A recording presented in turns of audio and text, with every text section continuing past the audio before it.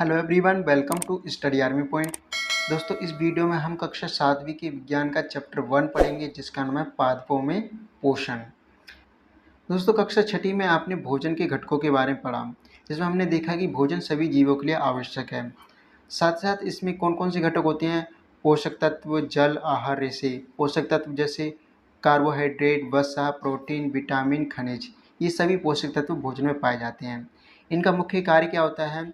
हमें कार्य करने के लिए ऊर्जा प्रदान करना, कि अगर हमें कुछ काम करना है तो उसके लिए हमें ऊर्जा चाहिए होती है, वो हमें भोजन से मिलती है।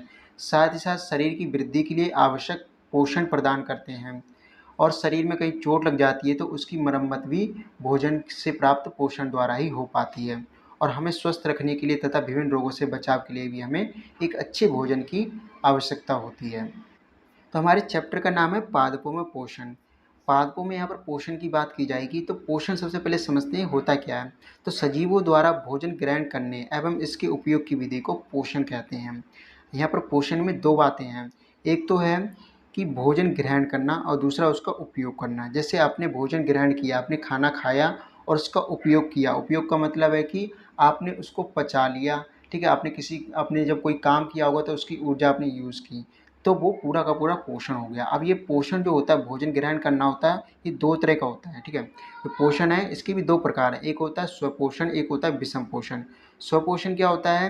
पोषण की वह विधि जिसमें जीव अपना भोजन स्वयं संश्लेषित करते हैं, स्वपोषण कहलाती है।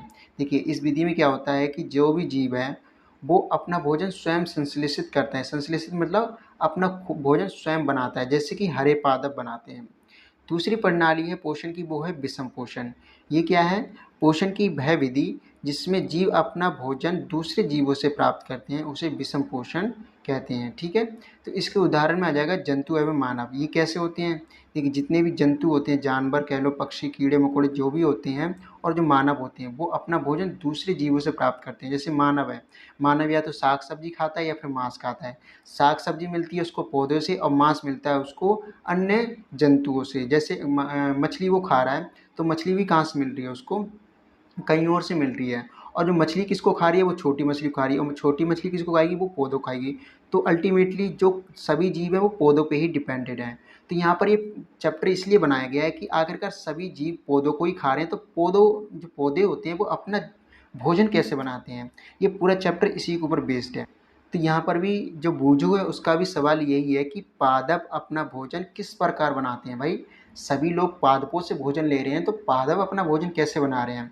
तो इसका सरल आंसर है, पौधे अपना भोजन प्रकाश संश्लेषण की क्रिया द्वारा स्वयं बनाते हैं। यहाँ पर प्रकाश का मतलब होता है रोशनी, और संश्लेषण का मतलब निर्माण करना। तो आइए इसको समझते हैं आगे। अब हमने ये तो देख लिया कि पौधे अपना भोजन प्रकाश संश्लेषण द्वारा बनाते हैं, लेकिन पौधों को प्रकाश संश्लेषण के लिए क्या क्या चाहिए? तो पहला, इनको चाहिए जल, जो कि मिट्टी से मिलता है। दूसरा, चाहिए इनको कार्बन डाइऑक्साइड गैस। तीसरा, इनको सूर्य का प्रकाश चाहिए, जो कि सूर्य से मिल जाता है। और चौथा, इनको क्लोरोफिल चाहिए। अब ये सारे जो चार कंपोनेंट हैं, ये इनको चाहिए ही चाहिए। इनको मतलब कि कच्चे माल के रूप में जब तक ये नहीं होंगे तब तक ये अपना भोजन नहीं बना पाएंगे। और पत्तियों द्वारा जो पत्तियाँ होती हैं वो पादपों की खाद्य फैक्ट्रियाँ होती हैं। खाद्य फैक्ट्रियाँ जैसे हमारे एक किचन होता है ना घर में, इसी तरह से जो पौधे होते हैं उनमें भी किचन होता है। वो किचन कहाँ पर होता है? वो पत्तियों में होता है। यानी कि पौधे अपना जो भी खाना बनाते हैं वो पत्तियों में ही बनाते हैं। तो सभी जो कच्चे माल हैं उनका पत्तियों तक पहुंचना अति आवश्यक है। कच्चे माल यहाँ पर क्या क्या हो गया? जल, कार्बन डाइऑक्साइड, सूर्य का प्रकाश और क्लोरोफिल। तो ये जो चारों चीज़ें हैं कच्चे माल के रूप में, ये पत्तियों तक पहुंचना आवश्यक है। क्यों? क्योंकि पत्तियां ही तो पौधों की खाद्य फैक्ट्रियां हैं, वही तो उनका किचन है। तो आइए समझते हैं कि ये जो चार कंपोनेंट है ये किस तरह से पत्तियों तक पहुंचते हैं, ये कहाँ कहाँ से पौधे को प्राप्त होते हैं। देखिए, पहला पदार्थ जो पौधों को चाहिए प्रकाश संश्लेषण के लिए, वो है जल। तो मृदा में उपस्थित जल एवं खनिज जड़ द्वारा अवशोषित किए जाते हैं तथा तने के माध्यम से पत्तियों तक पहुंचाए जाते हैं। तो देखिए, यहाँ पर क्या है? जल इसको चाहिए, जो कि होता है इस मिट्टी में। मिट्टी में तो जल के सिवा और भी कुछ होता है जल में मिला हुआ, वो क्या होता है? खनिज पदार्थ होते हैं। बहुत सारे खनिज पदार्थ होते हैं जो जल के साथ जड़ से होते हुए, जड़ इसको सोखती है और तने से होते हुए ये पत्ती तक पहुंचते हैं। तो हमारा जल कहाँ से मिलता है? मिट्टी से मिलता है, जड़ों द्वारा अवशोषित किया जाता है। दूसरा हम जो चाहिए पौधों को वो है कार्बन डाइऑक्साइड। तो ये कैसे मिलती है? तो ये पत्ती की सतह पर उपस्थित सूक्ष्म रंध्रों द्वारा वायु में उपस्थित कार्बन डाइऑक्साइड प्रवेश करती है। ये देखिए कैसे सूक्ष्म सूक्ष्म रंध्र कहाँ होते हैं? ये पत्ती है। पत्ती को जब आप जूम करके माइक्रोस्कोप से देखोगे तो यहाँ पर छोटी छोटी संरचना दिखाई देगी जिसे हम कहते हैं रंध्र। ये बहुत सारे रंध्र होते हैं। तो जब ये प्रकाश संश्लेषण की प्रक्रिया हो रही होती है तो यहाँ पर क्या होता है, ये रंध्र जो होते हैं वो खुलते हैं और यहाँ से क्या है, कार्बन डाइऑक्साइड पौधे अवशोषित कर लेते हैं। जैसे यहाँ पर देखो, यहाँ पर क्या दिखाया गया है कि खुला रंध्र है। यहाँ पर आप देख रहे हो ये पूरा खुला हुआ है और यहाँ से क्या होता है, कार्बन डाइऑक्साइड अंदर जाती है और पत्ते इसका यूज़ करते हैं अपना प्रकाश संश्लेषण में। और साथ ही साथ यहाँ पर देखिए ऑक्सीजन और जल बाहर निकलता हुआ दिख रहा है। इसके बारे में हम बाद में बात करेंगे कि जब प्रकाश संश्लेषण क्रिया होती है तो ऑक्सीजन निकलता है और जल निकलता है। जल तो होता है वो एक्स्ट्रा जल होता है, वो बाहर पत्तियों से वाष्पीकृत हो जाता है। यहाँ पर आपको ये समझना ज़रूरी है कि ये जो रंध्र होते हैं इन रंध्रों से होकर ही कार्बन डाइऑक्साइड पौधों को प्राप्त होती है। देखिए ये एक रंध्र का सिर्फ चित्र दिखा रखा है जो कि आपके बुक से लिया गया है। इसके अंदर आपको बीच में ये खुला हुआ रंध्र द्वार दिख जाएगा और साथ ही साथ इसके आसपास ये जो दो कोशिकाएं होती हैं इन्हें द्वार कोशिकाएं कहती हैं, जो कि इनकी रक्षा करती हैं। इस रंध्र की ये द्वार कोशिकाएं होती हैं और बीच में ये जो रंध्र होता है, ये छिद्र होता है, यहीं से होकर कार्बन डाइऑक्साइड पौधों को प्राप्त होती है।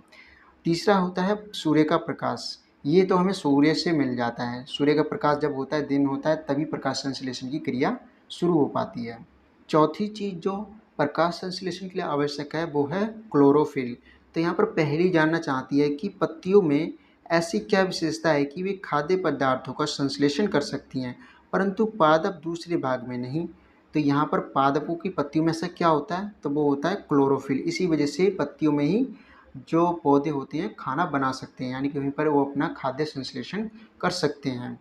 तो पत्तियों में एक हरा वर्णक होता है। वर्णक मतलब एक हरा रंग का पदार्थ होता है जिसे क्लोरोफिल कहते हैं। क्लोरोफिल सूर्य के प्रकाश की ऊर्जा का संग्रहण करने में पत्तियों की सहायता करता है। तो देखिए यहाँ पर आप देखोगे तो जो पत्ती होती है इसका एक छोटा सा जूम करके चित्र दिखा रखा है। जब आप माइक्रोस्कोप से देखोगे तो ये जो रंध्र हैं, रंध्र तो ये रहे गोल गोल, ये बहुत सारे हैं, लेकिन साथ ही साथ आप देखोगे जो हरे हरे से आपको दिख रहे हैं ये क्लोरोफिल इनमें भरा हुआ होता है।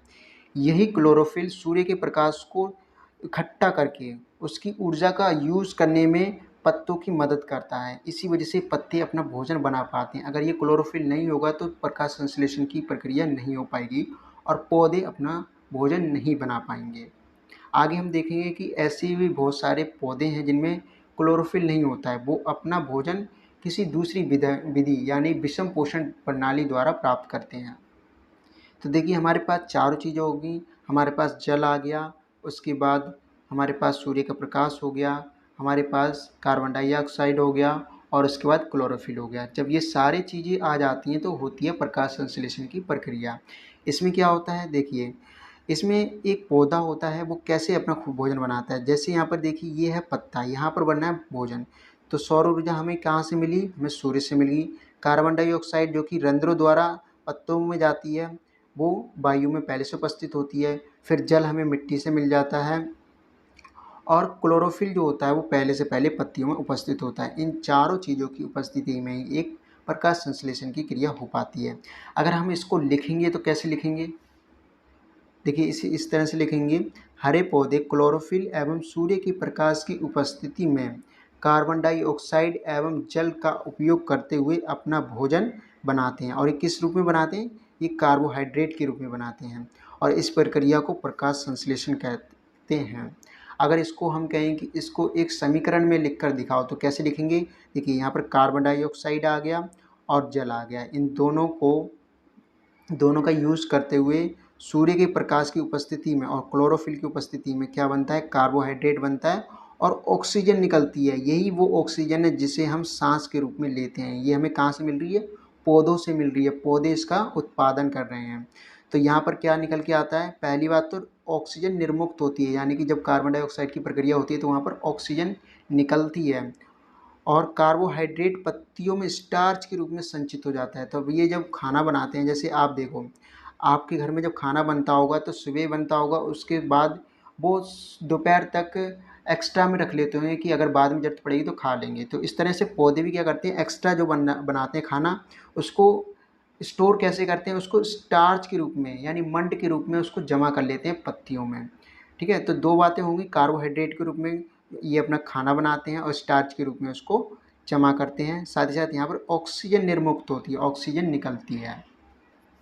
अब प्रश्न ये उठता है कि क्या सिर्फ हरी पत्तियों में ही क्लोरोफिल होता है?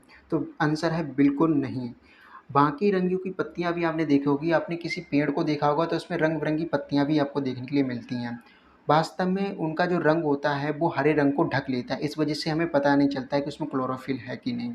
लेकिन जैसे यहाँ पर आप देख सकते हो, ये पीले रंग की है, ये बैंगनी रंग की है, गुलाबी रंग की है, इनमें भी क्लोरोफिल है, बस इनका रंग जो है उसने हरे रंग को ढक लिया है, जो कि क्लोरोफिल का रंग होता है। इसी के साथ साथ तो पहला पॉइंट है हमारा, वो क्या निकल के आता है कि हरी पत्तियों के अतिरिक्त अन्य वर्ण की पत्तियों में भी क्लोरोफिल होता है, यानी अन्य वर्ण का मतलब अन्य रंग की पत्तियों में। दूसरा पॉइंट है कि हरे शैवाल यानी जिसे एल्गी कहते हैं, अपना भोजन स्वयं बनाते हैं। क्यों? क्योंकि इनमें क्लोरोफिल पाया जाता है। आप बैकग्राउंड में ये जो हरा हरा देख रहे हो, ये एल्गी है, शैवाल है। यहाँ पर देखो, ये शैवाल कुछ इस तरह से होता है, इसके पास भी क्या होता है, क्लोरोफिल होता है, इसी वजह से हरा होता है और अपना भोजन स्वयं बना सकता है। तीसरा पॉइंट क्या है कि कार्बोहाइड्रेट के अतिरिक्त पौधे नाइट्रोजन की सहायता से प्रोटीन का संश्लेषण करते हैं। आगे ये वाला पॉइंट हम अच्छे से देखेंगे कि किस तरह से जो पौधे होते हैं वो सिर्फ कार्बोहाइड्रेट नहीं बनाते, वो प्रोटीन भी बनाते हैं। लेकिन प्रोटीन बनाने के लिए उनको ज़रूरत होती है नाइट्रोजन की। ये नाइट्रोजन उनको कैसे प्राप्त होती है, ये हम आगे देखेंगे। अगला हमारा टॉपिक आता है कि पादपों में पोषण की अन्य विधियाँ। अभी हमने क्या देखा, पादप जो होते हैं वो अपना भोजन स्वयं बना रहे हैं, किसके द्वारा? प्रकाश संश्लेषण के द्वारा। लेकिन उनका क्या, जिनके पास क्लोरोफिल नहीं है। हमने देखा क्लोरोफिल की उपस्थिति में ही पत्तियाँ अपना भोजन बना सकती हैं। जो पौधे हैं अपना भोजन क्लोरोफिल से ही बना सकते हैं, मेन तो वही है। लेकिन कुछ ऐसे पौधे भी हैं जिनमें क्लोरोफिल नहीं पाया जाता है, तो वो इसके लिए अन्य विधियों का उपयोग करते हैं, जो कि आती है विषम पोषण प्रणाली में आती हैं। तो इसमें हम अन्य कई तरह के जीवों के बारे में देखेंगे।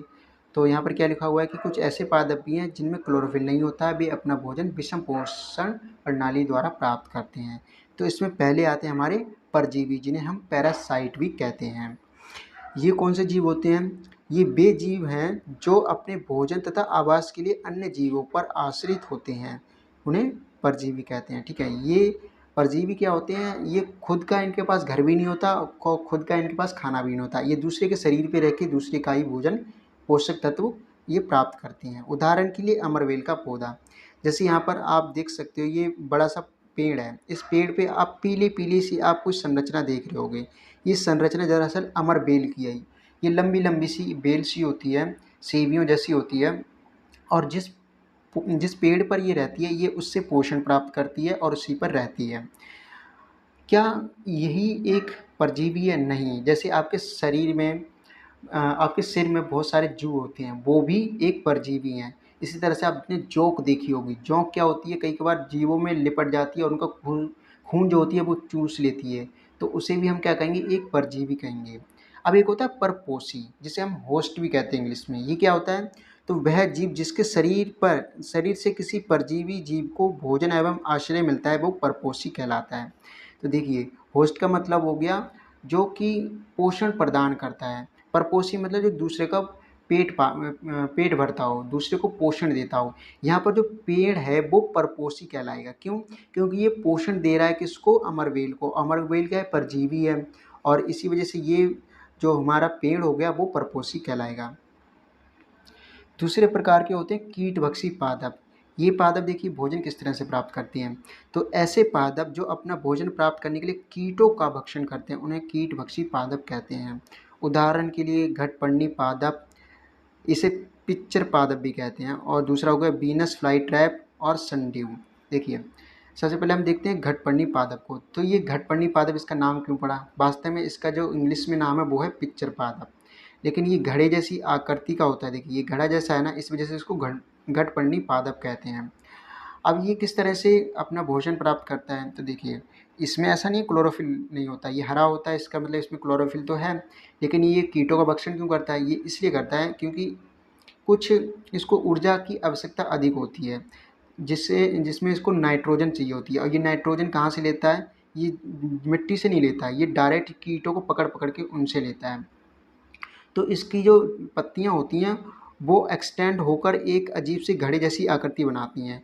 तो जब भी कोई कीट इस घड़े के अंदर आता है तो इसके छोटे छोटे रोएँ होती हैं, रोम कहते हैं जिन्हें, वो उनमें आके फंस जाता है। और फंसने के बाद इसमें अचानक ही क्या होता है, अलग तरीके का कुछ चिपचिपा पदार्थ होता है वो रिलीज होता है, जिसे पाचक रस कहते हैं। और ये ढक्कन बंद तो होता ही है, जैसे कीट अंदर फंसता है ये ढक्कन अपने आप बंद हो जाता है और वो कीट होता है अंदर ही पच जाता है और इसको जो पोषण है वो इस तरह से प्राप्त हो जाता है। दूसरा एग्जाम्पल है वीनस फ्लाई ट्रैप का। वीनस फ्लाई ट्रैप क्या है, देखिए इसके नाम से ही पता चल रहा है कि फ्लाई ट्रैप मतलब उड़ने वाले जो जीव जंतु होते हैं, कीड़े मकोड़े होते हैं, उनको ट्रैप करना, फांसना। तो ये इस तरह से कुछ ज़मीन पर पसरा हुआ रहता है और इसके ऊपर होते हैं इस तरह के ये अजीब से ट्रैप। जब भी कोई जीव इनके बीच में बैठता है तो ये अचानक से बंद हो जाते हैं, वो इसी में फंस जाता है और ये उसको खा जाते हैं, धीरे धीरे करके उसको पचा जाते हैं। तीसरा एग्जाम्पल जो है वो है सनड्यू प्लांट का। अब ये किस तरह के प्लांट होते हैं, इनकी कई सारी प्रजातियाँ हैं, जिसमें से एक आपको यहाँ पर देखने के लिए मिल जाएगी। देखिए ये इस तरह से निकले हुए रहते हैं, इनका जो आकार है वो चौड़ाई में अलग अलग प्रकार का हो सकता है, नागफनी की तरह। इनमें छोटे छोटे ये रोए निकले रहते हैं। जब भी कोई मक्खी वगैरह होती है, उड़ रही होती है, तो इनसे उनको बहुत ज़्यादा आकर्षण होता है, तो वो इनकी तरफ आती है और आते ही इनमें फंस जाती है। फंसने के बाद ये पौधे क्या करते हैं, उसको अंदर ही अंदर इसको पचा ले जाते हैं, इसी के अंदर वो दबाकर पचा लेते हैं। तो ये भी एक तरह का प्रकार है, एक मतलब प्रकार है कीटों को भक्षण करने का। तो कीट भक्षी पौधे हमने कौन कौन से देख लिए, घटपर्णी, वीनस फ्लाई ट्रैप और सनड्यू। अगला प्रकार है वो है मृतजीवी पोषण का। तो देखिए कौन सी प्रणाली है, पोषण की वह प्रणाली जिसमें जीव किसी मृत एवं विघटित जैविक पदार्थ से पोषण प्राप्त करते हैं, पोषक तत्व प्राप्त करते हैं, मृतजीवी पोषण कहलाता है। देखिए यहाँ पर दो चीज़ें आई हैं, एक तो है मृत है और दूसरा विघटित हो रहा है। यानी जब कोई जीव मर जाता है और वो विघटित होने लगता है, यानी डिकम्पोज्ड होने लगता है, वो धीरे धीरे क्या है मिट्टी में मिलने लगता है, तो उसमें कुछ पोषक तत्व भी होते हैं, ये उन पे आके बैठ जाते हैं और उनसे क्या करते हैं, अपना पोषण प्राप्त करते हैं। इसी वजह से उसको मृतजीवी पोषण प्रणाली कहते हैं। जैसे आपने देखा होगा कि कभी सड़ी गली चीज़ें होती हैं, उन पे क्या होता है, ये मशरूम जिसे कहते हैं या जिसे हिंदी में छत्रक भी कहते हैं, ये उगाते हैं। साथ ही साथ जो ब्रेड होता है, ब्रेड पे छोटे छोटे आपने देखा होगा कि फफूंदी सी लग जाती है, ये भी क्या है, छोटे छोटे ये जीव होते हैं जो कि ब्रेड पे लग जाते हैं और इससे पोषण प्राप्त करते हैं। आइए समझते हैं सहजीवी संबंध क्या होता है। तो कुछ जीव एक दूसरे के साथ रहते हैं तथा अपना आवास एवं पोषक तत्व एक दूसरे के साथ बांटते हैं, इसे सहजीवी संबंध कहते हैं। उदाहरण के लिए कवक और वृक्ष के बीच सहजीवी संबंध पाया जाता है। कैसे, देखिए कुछ कवक वृक्षों की जड़ों में रहते हैं, वृक्ष कवकों को पोषण प्रदान करते हैं, बदले में वृक्षों को जल एवं पोषकों के अवशोषण में सहायता मिलती है। देखिए ये जो कवक होता है ये अपने आप भोजन नहीं बना सकता, इसलिए कहाँ रहता है, ये वृक्षों की जड़ों में रहता है और जड़ों में रहने से इसको क्या मिलता है, भोजन मिल जाता है और साथ साथ आवास मिल जाता है। लेकिन इससे वृक्षों को क्या फ़ायदा है, वृक्ष क्यों रखे इसको, तो वृक्ष इसलिए रखता है क्योंकि इसको क्या होता है कि जल एवं जो पोषक तत्व ज़मीन के अंदर होते हैं उनको सोखने में आसानी होती है। इसी वजह से वृक्षों के लिए कवक का बहुत ज़्यादा महत्व पाया जाता है। इसलिए इनको क्या कहते हैं, सहजीवी संबंध, यानी कि जीवन जीने के लिए एक दूसरे पर निर्भर रहना। जैसे आपका कोई दोस्त है, आपको कोई सब्जेक्ट ज़्यादा अच्छा लगता है और उसको कोई दूसरा सब्जेक्ट अच्छा लगता है और आप अपने अपने सब्जेक्ट में बहुत ज़्यादा अच्छे हो, लेकिन आपको दूसरा सब्जेक्ट जो नहीं आता लेकिन आपके दोस्त को आता है, तो आप क्या कर सकते हो, उससे समझ सकते हो और जो आपको आता है वो आप उसको बता सकते हो, तो आप एक दूसरे पे इंटरडिपेंडेंट हो गए। इसी तरह का डिपेंडेंसी जो होती है वो कवक और वृक्ष के बीच में पाई जाती है। और क्या एग्जाम्पल है, और लाइकेन का है। लाइकेन क्या एक जीव है जिसकी दो भागीदारी होते हैं, वो होते हैं एक शैवाल, दूसरा कवक। यहाँ पर शैवाल जो होता है इसके पास क्लोरोफिल है, हमने क्या देखा था, शैवाल के पास क्लोरोफिल है, लेकिन कवक के पास तो है ही नहीं, अभी हमने देखा। तो शैवाल में क्लोरोफिल होता है जबकि कवक में क्लोरोफिल नहीं होता है। तो कवक शैवाल को रहने का स्थान, जल और पोषक तत्व देता है, ठीक है। तो जो कवक है ये क्या कर रहा है, शैवाल को रहने का स्थान दे रहा है, पोषक तत्व दे रहा है और जल दे रहा है। बदले में शैवाल क्या कर रहा है, प्रकाश संश्लेषण द्वारा खाद्य पदार्थ जो होता है वो कवक को दे रहा है। तो यहाँ पर भी ये क्या कर रहे हैं, एक क्या कर रहा है, अपने जो उसकी विशेषता है, जिसके पास क्लोरोफिल है वो तो खाना बनाने में खाना बना के दे रहा है, किसको, कवक को दे रहा है, और कवक बदले में शैवाल को रहने की अनुमति दे रहा है। तो यहाँ पर इन दोनों के बीच में भी क्या है, शैवाल सहजीवी संबंध पाया जाता है, यानी एक दूसरे पर ये भी क्या है, इंटरडिपेंडेंट है, एक दूसरे पर निर्भर हैं। कुछ देर पहले हमने देखा कि जो पौधे होते हैं प्रकाश संश्लेषण के द्वारा जब वो कार्बोहाइड्रेट का निर्माण करते हैं, लेकिन क्या सिर्फ कार्बोहाइड्रेट पर्याप्त है? नहीं, पौधों को प्रोटीन का निर्माण भी करना होता है। इसके लिए उनको ज़रूरत होती है नाइट्रोजन की। अब ये नाइट्रोजन इनको मिलती कहाँ है? तो देखिए, हमारी वायु में अगर हम मान लें 100% क्या है, हमारी वायु है, एयर है, उसमें 78% जो एयर होती है वो नाइट्रोजन ही होती है, बाकी 21% हमारी ऑक्सीजन होती है और 1% उसके अंदर अन्य गैसें होती हैं, जिसमें कार्बन डाइऑक्साइड हो गया और छोटे छोटे धूल के कण हो गए। अब इतनी सारी 78% तो नाइट्रोजन है, लेकिन ये पौधे इसको डायरेक्ट यूज़ नहीं कर सकते। इनकी मदद कौन करता है? इनकी मदद करता है एक जीवाणु जिसका नाम है राइजोबियम। अब ये जो राइजोबियम होता है वो पाया जाता है जड़ों में। किसकी जड़ों में? जो फलीदार पौधे होते हैं। और ये फली कौन कौन सी हो सकती हैं? चना, मटर, मूंग या फिर कोई फलीदार जो पौधा उनकी जड़ों में पाया जाता है, ये वहीं रहता है। ये क्या करता है? राइजोबियम जीवाणु वायुमंडलीय नाइट्रोजन को विलेय पदार्थ में परिवर्तित कर पौधों की नाइट्रोजन अवशोषण में सहायता करते हैं। यानी जो नाइट्रोजन गैस में है उसको विलेय पदार्थ में यानी घोल देते हैं। ये किसमें? मिट्टी में घोल देते हैं। इसके बदले में पादप राइजोबियम को खाद्य एवं आवास प्रदान करते हैं, और इसके बदले में क्या होता है कि जो पौधे होते हैं इनको अपनी जड़ों में रहने की अनुमति दे देते हैं कि तुम रह लो। अतः इनमें सहजीवी संबंध पाया जाता है। तो यहाँ पर भी हमारा तीसरा एग्जाम्पल है वो राइजोबियम राइजोबियम और जो पौधा होता है उसके बीच देखने के लिए मिलता है। तो राइजोबियम ज़्यादातर कहाँ पाए जाते हैं? फलीदार पौधों की जड़ों में पाए जाते हैं, और उनको ये नाइट्रोजन देते हैं, बदले में पौधा इनको आवास और खाद्य देता है। जैसे यहाँ पर देखिए, ये जो जड़ है यहाँ पर, ये जो जड़ ग्रंथि होती है इसके अंदर छोटे छोटे जो जीवाणु होते हैं उनको कहते हैं राइजोबियम।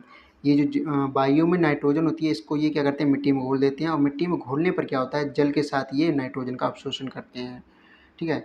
अगर अच्छा, आप पूछोगे कि उन पौधों का क्या होता है जिसमें राइजोबियम जीवाणु जड़ों में नहीं रहता? क्योंकि ये तो सिर्फ उन्हीं जड़ों में रहता है जो कि फलीदार पौधे होते हैं। तो देखिए, कई आपने देखा होगा किसान होते हैं अपने खेतों में खाद लगाते हैं, उर्वरक लगाते हैं। वो उर्वरक खाद जो होती है उसके अंदर नाइट्रोजन होती है। तो जब खेती करते हैं और फसल काटते हैं उसके बाद नाइट्रोजन की कमी हो जाती है, तो उसकी जो पूर्ति होती है वो खाद या फिर उर्वरक द्वारा ही की जाती है। ठीक है। तो इस तरह से जो फलीदार पौधे होते हैं उनमें तो ऑटोमेटिकली राइजोबियम काम कर देता है, लेकिन जिसमें राइजोबियम नहीं रहता उसके अंदर उर्वरक यानी खाद लगाने की जरूरत पड़ती है।